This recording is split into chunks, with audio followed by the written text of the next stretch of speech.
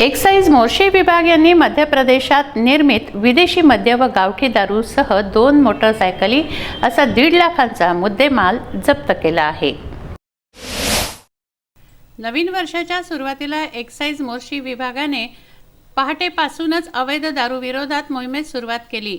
अधीक्षक राजेश कांबळे यांच्या मार्गदर्शनात राज्य उत्पादन शुल्क मोर्शीचे निरीक्षक आखरे, सहाय्यक उपनिरीक्षक रवी राऊतकर तसंच जवान बजरंग थोरात तसंच वाहनचालक भोकरे यांच्या पथकाने पांढरघाटी ते खडका रोडवर पाळत ठेवली असता आरोपी रमेश किसन मसराम वय वर्ष 35 राहणार रोहना मध्य प्रदेश याला हिरो होंडा मोटरसायकल MH31B 8070 मध्ये मध्य प्रदेशातील गावठी हातभट्टी दारू घेऊन जात असताना आढळला।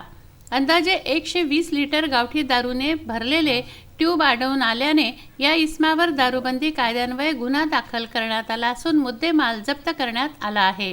नंतर या पथकाने सालबर्डी रोड ते मोर्शी मार्गावर पाळत ठेवली असता 35 वर्षीय तिवसा येथे राहणारा विजय नथुची वानखडे हा होंडा ॲक्टिवा मोटरसायकलवर मध्य प्रदेश निर्मित विदेशी दारूच्या 144 बाटल्या घेऊन जात होता।